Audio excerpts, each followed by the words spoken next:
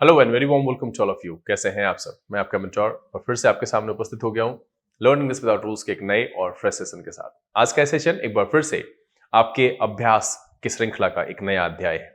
जी हाँ, आज मैं यहाँ पर एक सेंटेंस अरेंजमेंट के एपिसोड के साथ उपस्थित हुआ हूँ। कहा जाए तो ये एक नए प्रकार का सेंटेंस है, लेकिन मुझे पता है कि आप सबको इसमें कोई भी परेशानी नहीं होगी।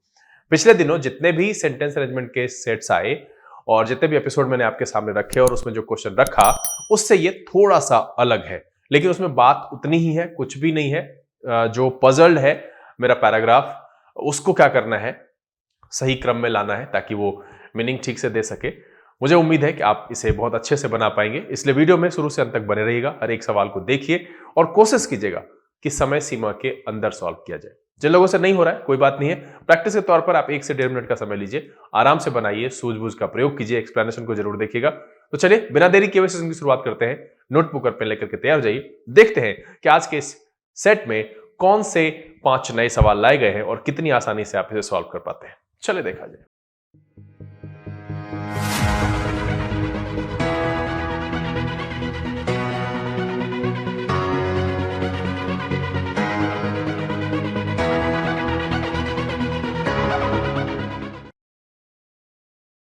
आइए हम आज के सेशन की शुरुआत करते हैं और बारी बारी से इस सेट में लाए गए 5 क्वेश्चन को आपके सामने रखते हैं।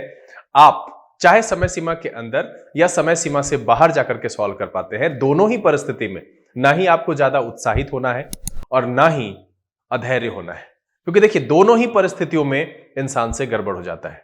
कॉन्फिडेंस का होना अच्छा है, लेकिन कम या ज्यादा ओवर कॉन्फिडेंस भी खतरनाक होता है और अगर आप डरे हुए हैं तो भी ये आपके लिए खतरनाक है। तो मैं बस इतना ही कहूंगा कि आप वीडियो में शुरू से अंत तक बने रहिए, आराम से समझकर सवाल को बनाइए। थोड़ा समय ज्यादा लगेगा, क्या दिक्कत है?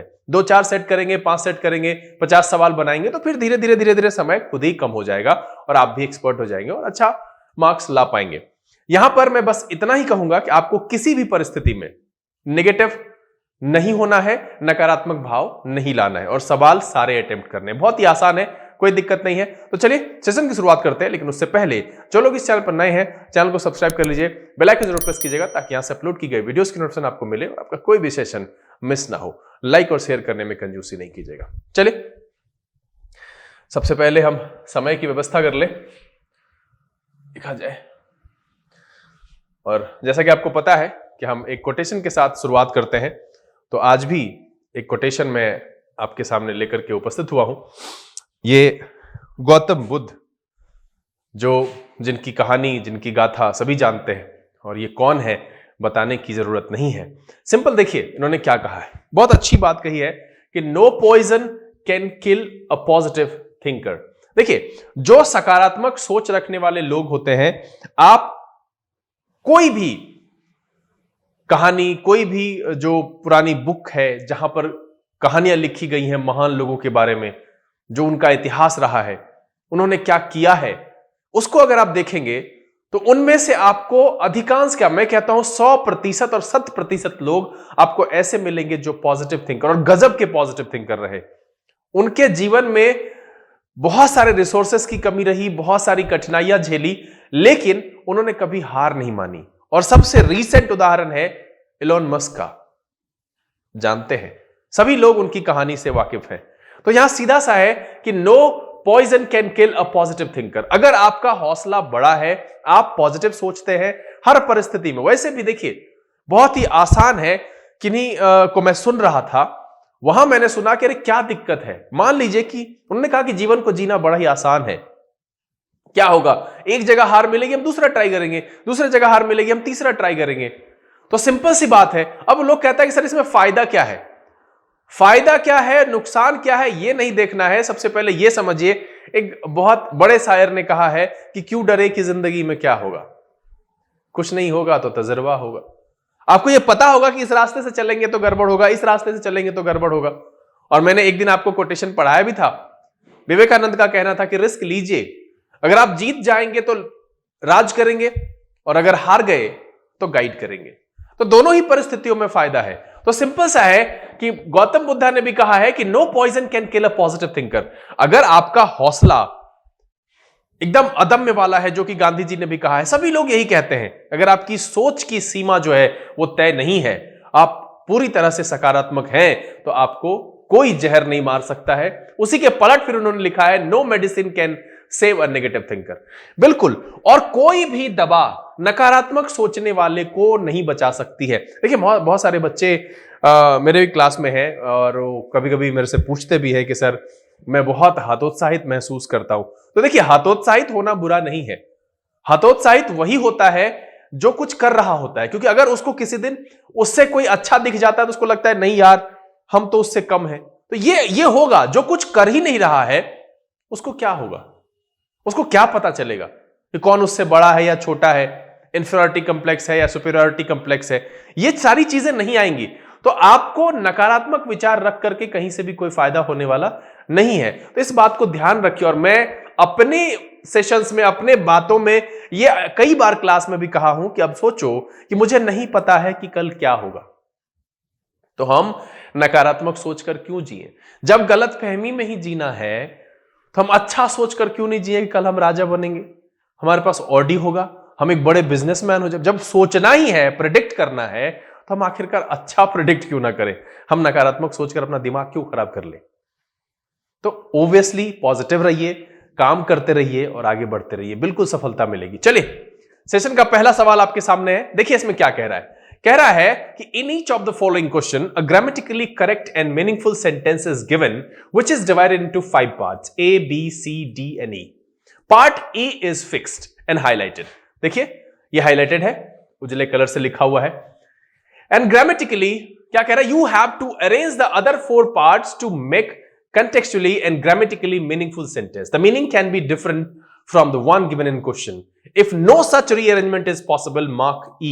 अगर इस तरह का जो आप अरेंजमेंट बना रहे हैं, इस 4 में से कोई नहीं है, तो आपका आंसर जो है वो हो जाएगा नो रीअरेंजमेंट पॉसिबल।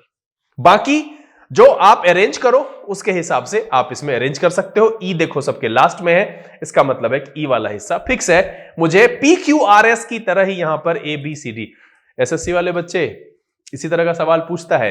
अब यहां पर ऐसे लिखा हुआ है, उसमें ऑप्शन में 1 2 3 4 या PQRS करके आपको देगा सवाल बनाने के लिए, तो आपको यहां पर परेशानी नहीं होनी चाहिए। और आप भी इसको अभ्यास कीजिए, दिसंबर में एग्जाम है ना।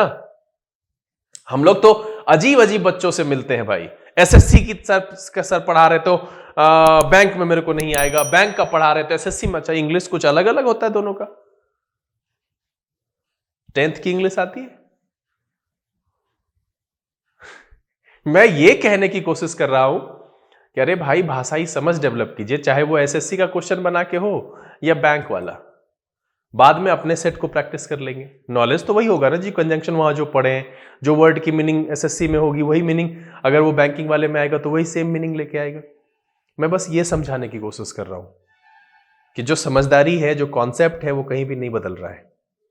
तो इन सब चीजों से ऊपर उठ करके सवाल बनाइए। चलिए हम यहां पर समय शुरू करते हैं, बनाया जाए। आपका समय शुरू होता है अब।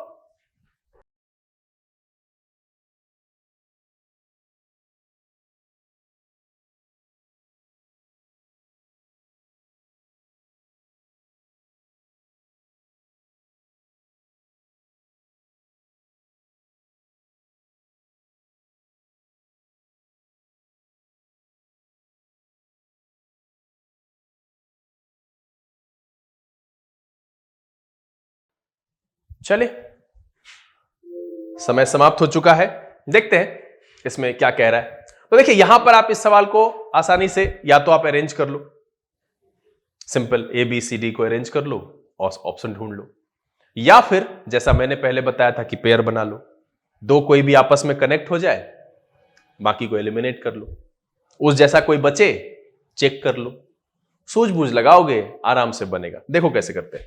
कह रहा है कि when standard terminology and established ways of doing business distract from, there is a point in every industry the ultimate goal to place customer experience at the center of every endeavor. अब देखिए मेरा जो है E के साथ कौन सा जुड़ जाएगा वो हम देखते हैं। कह रहा है, हम लास्ट वाले को चेक करते हैं। The ultimate goal to place customer experience at the center of every endeavor. endeavor का मतलब होता है प्रयास, मतलब है कि हर प्रयास का जो अल्टीमेट गोल होता है वो क्या होता है, to place customer experience at the center. तो मेरा जो लाइन है वो डी के साथ ई आराम से जुड़ जा रहा है। क्या कह रहा है कि the ultimate goal to place customer experience at the centre of every endeavour. तो ultimate goal of every endeavour is to place customer experience at the centre. Meaning तो मेरा आ गया। तो मतलब है कि मेरा डी जो है वो अपने पोजीशन पर फिक्स है और वो ई के साथ जाएगा। ठीक है, तो मेरा डी और ई जब एक साथ आ रहा है तो हम देखते हैं कहां कहां डी ही है। यहां पर डी और ई है, इसमें नहीं है तो ये मेरा आंसर नहीं होगा। चलिए उसके बाद देखिए कि इसमें नहीं है तो ये भी मेरा आंसर नहीं होगा। अब मेरे पास देखिए आसानी से दो चुनने के लिए आ गया, हम इसको चुनेंगे। तो पहले वाले में क्या कह रहा है, सी ए बी डी ई, मेरा डी में ऑप्शन कह रहा है तो डी ई मेरा यहां पर भी है और डी ई मेरा यहां पर भी है। हम देख लेते हैं कि बेहतर कौन सा है, ए से शुरू हो सकता है या सी से शुरू हो सकता है। मेरे पास ऑप्शन है तो ए में कह रहा है कि when standard terminology and established ways of doing, A C है। एंड एस्टैब्लिश्ड देयर इज, अब यहां पर देखिए अधूरा लग रहा है, when standard terminology and established there is a point, ये गड़बड़ लग रहा है। अब हम इसको देखते हैं। कह रहा है कि there is a point in every industry when standard terminology and established ways of doing. अब देखिए ये और ये भी मेरा एक साथ जुड़ रहा है कि when standard terminology and established ways of doing business distract from, मेरा ए और बी एक साथ आ रहा है और हम देख लेते हैं कि ए और बी कहां है, इसमें है इसमें नहीं है, ये मेरा आंसर नहीं हुआ। अब हम फाइनली इसको चेक कर लेंगे। तो कह रहा है कि there is a point in every industry when standard terminology and established ways of doing business distract from the ultimate goal to place customer experience at the centre of every endeavour. और इसीलिए मेरा जो final answer हो गया वो क्या हो गया, डी हो गया। देखिए बोझ लेकर के नहीं चलना है। बच्चे सवाल देखते हैं, आधे लोग तो सवाल इसलिए नहीं बना पाते हैं क्योंकि वो घबरा जाते हैं, हमसे नहीं होगा। अरे प्रयास करो, क्या होगा, गलती होगी तो तजुर्बा होगा कि भाई नहीं बना, क्यों नहीं बना, तो लेवल बढ़ाना है और पढ़ेंगे। अब आप इससे दूर भागते चलेंगे तो आप सोचिए कि कर पाएंगे, कभी कभी हो पाएगा। तो ये बहुत जरूरी है कि आप प्रयास करो। इसलिए चलो अगला सवाल बनाओ। ये रहा अगला सवाल, आपका समय शुरू होता है अब।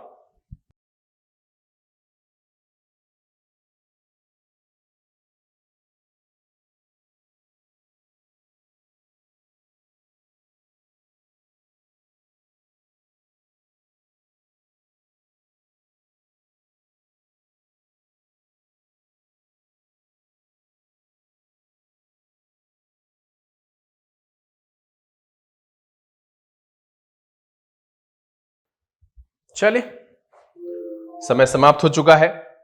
कह रहा है the RBI has tools such as part of it is invested in government securities. अब देखिए सच एज, अब जब हम आरबीआई के टूल्स की बात कर रहे हैं यहां पर, है ना, एक चीज ध्यान दीजिएगा, मैंने पहले भी कहा था आपसे और आज फिर दोहरा दे रहा हूं कि अगर आप बैंकिंग की परीक्षा दे रहे हैं और आजकल के परीक्षा के दौर में सवाल कहां से आएगा यह कहना मुश्किल है। तो सबसे पहले जो बैंकिंग की परीक्षा दे रहे हैं अनिवार्य रूप से उनके लिए मैंने कहा था कि आपको बैंकिंग एंड फाइनेंस इसकी जानकारी होनी चाहिए। ऐसे भी आप एसएससी की भी परीक्षा दे रहे हैं तो करंट अफेयर्स के नाते ये पढ़ना ही है। और अगर आपके रीडिंग कॉम्प्रिहेंशन में, सेंटेंस अरेंजमेंट में मुलाकात होगी ही तो हम क्यों ना ये जानकारी हासिल करें। बहुत सारे बच्चे कहते हैं सर इंग्लिश में प्रॉब्लम नहीं हो रही है। जो कॉम्प्रिहेंशन आ रहा है ना, अगर एडा से रिलेटेड सवाल है तो वो आपको नहीं पता है, एलआईसी से रिलेटेड सवाल है तो वो आपको नहीं पता कि एलआईसी में हुआ क्या है, क्या आरबीआई का जो मॉनेटरी पॉलिसी है उसमें जो टूल्स है उसके बारे में नहीं पता कि एसएलआर क्या है, सीआरआर क्या है, रेपो रेट क्या है, रिवर्स रेपो, कहां से बनेगा सवाल। इंग्लिश की तो समस्या ही नहीं है। समस्या यह है कि आपके पास अंडरस्टैंडिंग नहीं है जो पूछा जा रहा है। तो यह चीज ध्यान दीजिए। देखिए यहां पर क्या कह रहा है कि RBI has tools such as, अब ढूंढिए सच एज के बाद हम ढूंढते हैं क्या है, the cash reserve ratio and the statutory liquidity ratio. मतलब क्या हो गया, कैश रिजर्व रेशियो का मतलब हो गया सीआरआर, और अभी जो मैंने कहा एसएलआर, तो ये है उसके tools, repo rate, reverse repo rate, MCLR, marginal cost lending rate, ये सारे उसके जो है टूल्स है आरबीआई के जिसके माध्यम से वो कंट्रोल करती है। तो यहां पर देखिए क्या कह रहा है कि मेरा ए के साथ ना आराम से क्या दिख रहा है जुड़ता हुआ, ये देखिए ये बी है, यहां गलती है मार्किंग में, सुधार लीजिएगा, ये बी है, आप आसानी से समझ भी गएंगे, ए बी सी डी और ई। तो ए के साथ मेरा क्या जुड़ रहा है, सी, कि the RBI has tools such as the cash reserve ratio and the statutory liquidity ratio. मेरे पास मिल गया, क्या मिल गया मेरे पास? ए और सी एक साथ आएगा।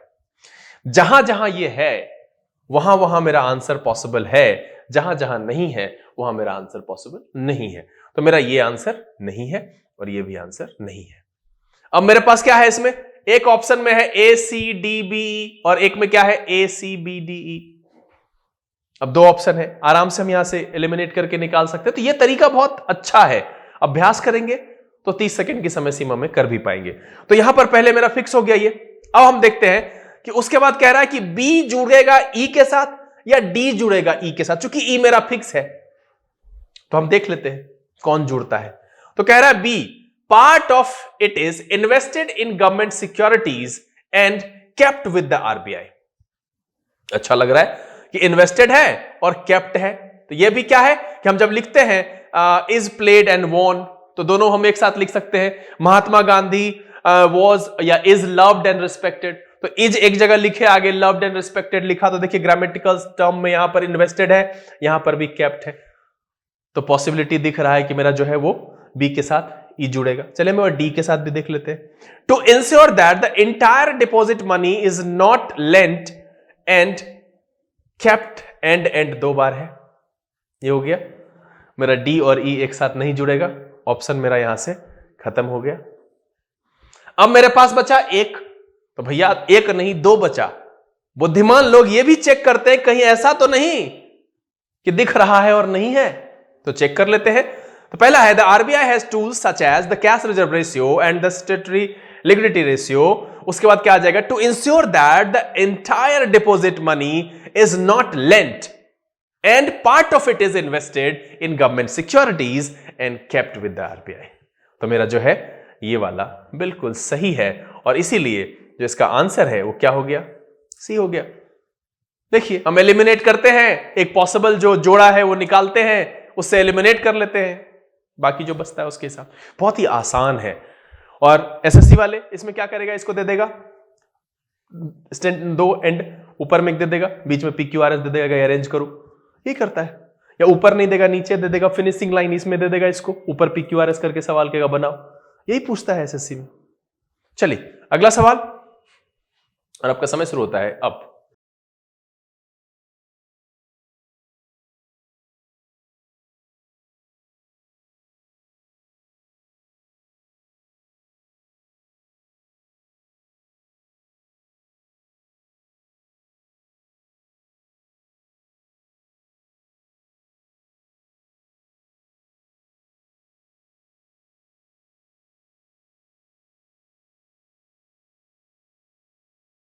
चलिए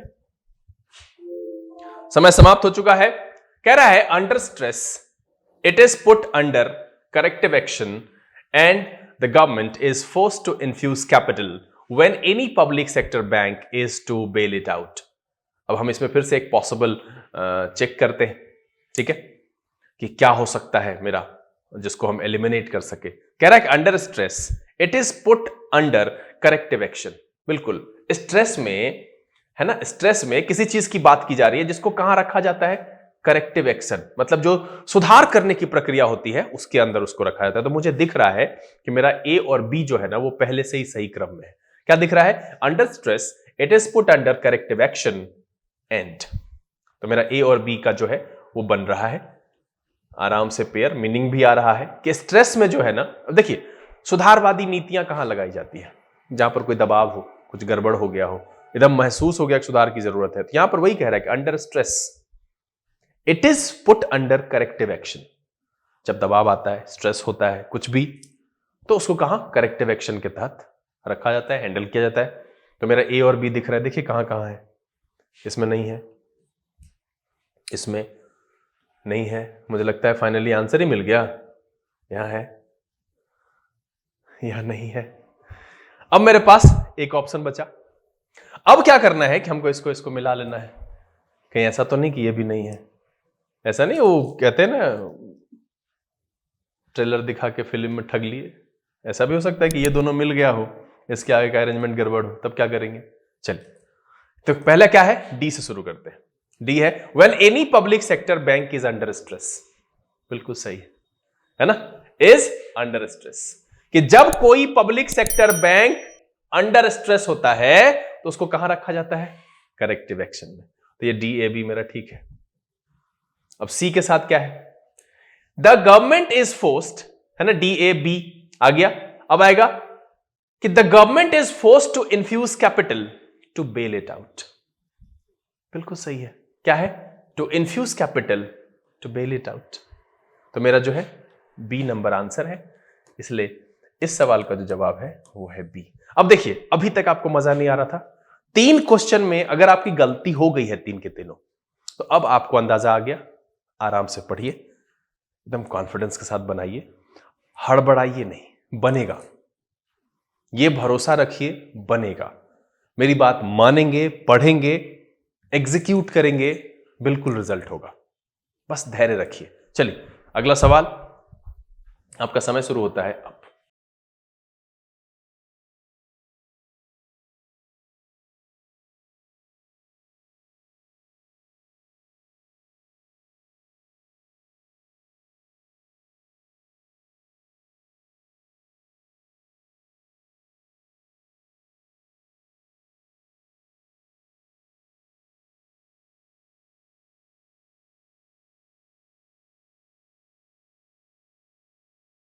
चलिए समय समाप्त हो चुका है।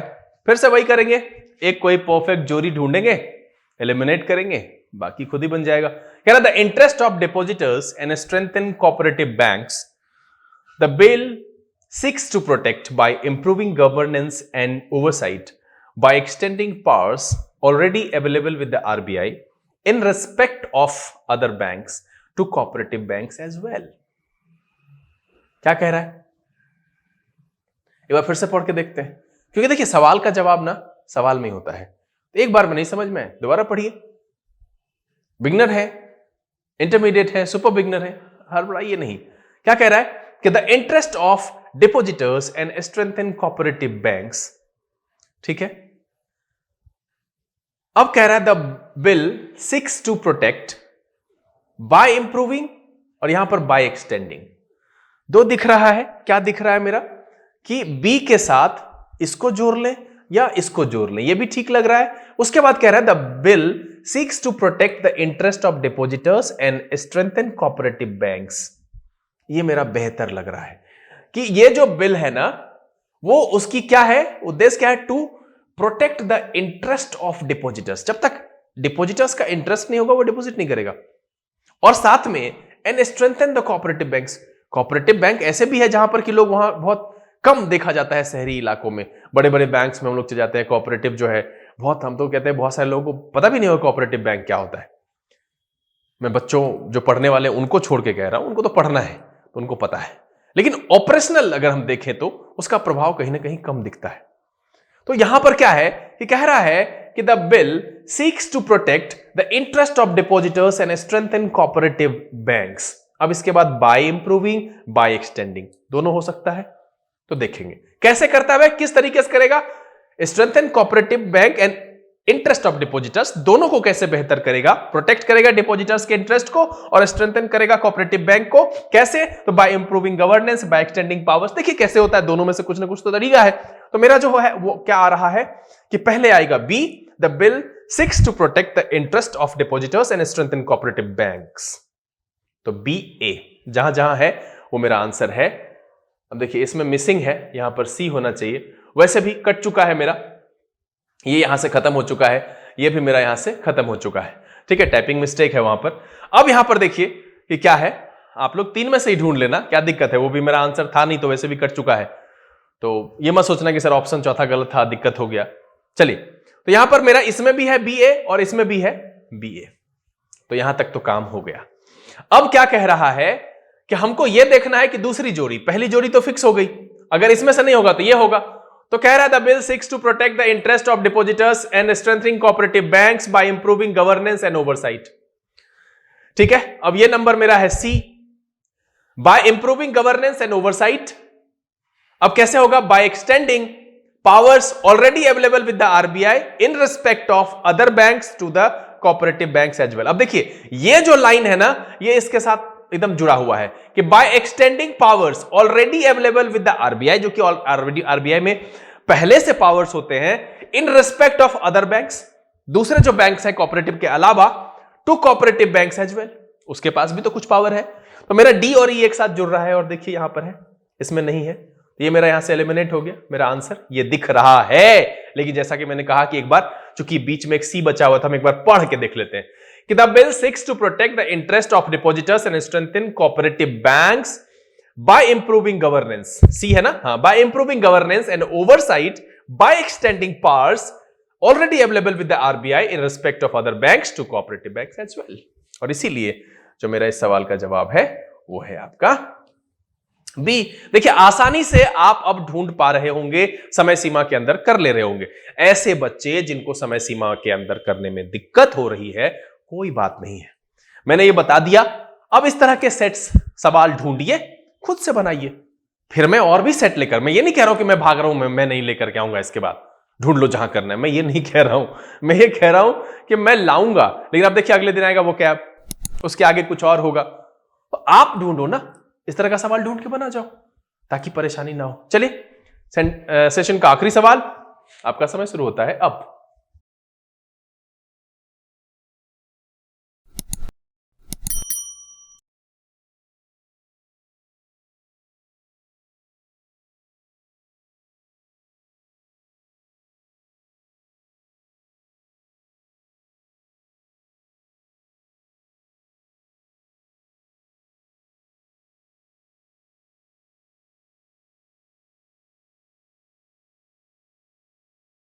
चलिए आखिरी सवाल का भी समय समाप्त हो गया। कह रहा है two key factors determine weather. अब देखिए जैसे ही वेदर है तो आगे और या और नॉट लगेगा, ये हम पहले से ग्रामर में पढ़ चुके हैं, ये भी जानते हैं, चलिए ध्यान में रखेंगे। Time to load and how seamlessly it plays, seamlessly मतलब है बिना रुके हुए, इट प्लेज विदाउट बफरिंग, ये भी हमको दिख रहा है। वो बफरिंग समझते हैं, वीडियो चलते चलते नहीं ऐसे ऐसे घूमने लगता है, मेरे वीडियो में ऐसा होता होगा जब आप की नेट स्पीड अच्छी नहीं होती होगी, अरे इरिटेटिंग सिचुएशन, जब मन गुस्सा आ जाता है, होता है कभी कभी ऐसा, वेट कर लेना चाहिए। ठीक है, क्या कह रहा है कि यहां देखिए कि इसको तो पहला वाला नहीं, लेकिन यहां पर time to load and how seamlessly it plays without buffering, ये तो मेरा परफेक्ट जुड़ा हुआ है, कौन, बी और ई। जहां जहां बी और ई है वो मेरा आंसर है। ये मेरा खत्म हो गया, ये मेरा खत्म हो गया। अब मेरा ए में है और बी में है, एक मेरे पास ये भी है कि वेदर के साथ और लगना है। ठीक है, तो देखते हैं, तो बी और मेरा कौन कौन सा हो गया, ई हो गया है, बचा कौन कौन सा है, ए, सी और डी। ए में कह रहा है two key factors determine whether a user plays and watches video और डिस्कार्ड इट, ये रहा। तो मतलब क्या हो गया मेरा, ए के साथ आएगा डी, देखिए कहां दिख रहा है, इसमें नहीं दिख रहा है, खत्म हो गया। और यहां देखिए है, ये मेरा आंसर है। लेकिन हम एक बार चेक करेंगे, क्या करेंगे, पहला कह रहा है सी से शुरू करने की, a user plays and watches a video, C number कहां है, सी ये है, रिसर्च शोज दैट, उसके बाद कह रहा है two key factors determine whether a user plays and watches a video or discard it, the time to load and how seamlessly it plays without buffering। बिल्कुल मेरा सेंटेंस यहां पर आ रहा है, एक बार फिर से देखेंगे कि कह रहा है रिसर्च शोज दैट, है ना, यहां क्या कह रहा है, research shows that to key factors determine weather, उसके बाद वेदर के बाद तो ये वाला आ जाएगा, इसमें और लगा हुआ है, whether a user plays and watches a video और discard it, the time to load and how seamlessly it plays without buffering। तो मेरा जो आंसर है वो हो गया आपका ए। इसमें किसी भी सवाल में मेरा आंसर जो है वो ई नहीं आया और सफलतापूर्वक हमने हर सवाल का आंसर ढूंढ लिया और बड़ी ही आसानी से इसको ढूंढा। उम्मीद करते हैं कि एक दो सवाल में अगर आपको समझ से गड़बड़ी हुई नहीं होगी, बहुत ही आसान है, लेकिन एक दो सवाल में समझदारी बेहतर होने के बाद आपने अच्छे अंक प्राप्त किए होंगे। आप अपने द्वारा प्राप्त किए गए अंक मुझे कमेंट में लिख करके जरूर बताइएगा, साथ में यह भी बताइएगा और मैं एसएससी वाले बच्चों को भी कह रहा हूं जिनकी दिसंबर में एग्जामिनेशन शुरू है कि वो ये सवाल बना पाए या नहीं बना पाए। आप विश्वास कीजिए, एबीसीडी की जगह पर पीक्यूआरएस डाल करके एक लास्ट में फिक्स वाला लाइन देगा और वैसा ही सवाल पूछेगा। इसलिए आप इसको प्रैक्टिस कर लीजिएगा। अगर आपको और कोई परेशानी है तो कमेंट में आप वो भी मुझे लिख करके बताइएगा जरूर। उम्मीद करते हैं कि वीडियो आपको पसंद आया होगा। अगर ये वीडियो अच्छा लगा आप इसे लाइक कर दें। अगर आपने चैनल सब्सक्राइब नहीं किया है प्लीज सब्सक्राइब कर लीजिए, बेल आइकन जरूर प्रेस कीजिएगा ताकि यहां से अपलोड की गई वीडियोस की नोटिफिकेशन आपको मिले और आपका कोई भी सेशन मिस ना हो। समय यहां से बिता लेने का, लेकिन मैं एक बात जाते जाते कहूंगा कि आप घर में रहें, अपना और अपने परिवारजनों का ख्याल रखें, ये जरूरी कर्तव्य है। लेकिन सबसे अहम काम जो आपका है, अपनी पढ़ाई को बिना रुके बिना थके पूरी जो है निष्ठा से जारी रखिए। सफलता बिल्कुल आपकी होगी। अगले दिन फिर इस तरह के एपिसोड के साथ आपके सामने उपस्थित होंगे।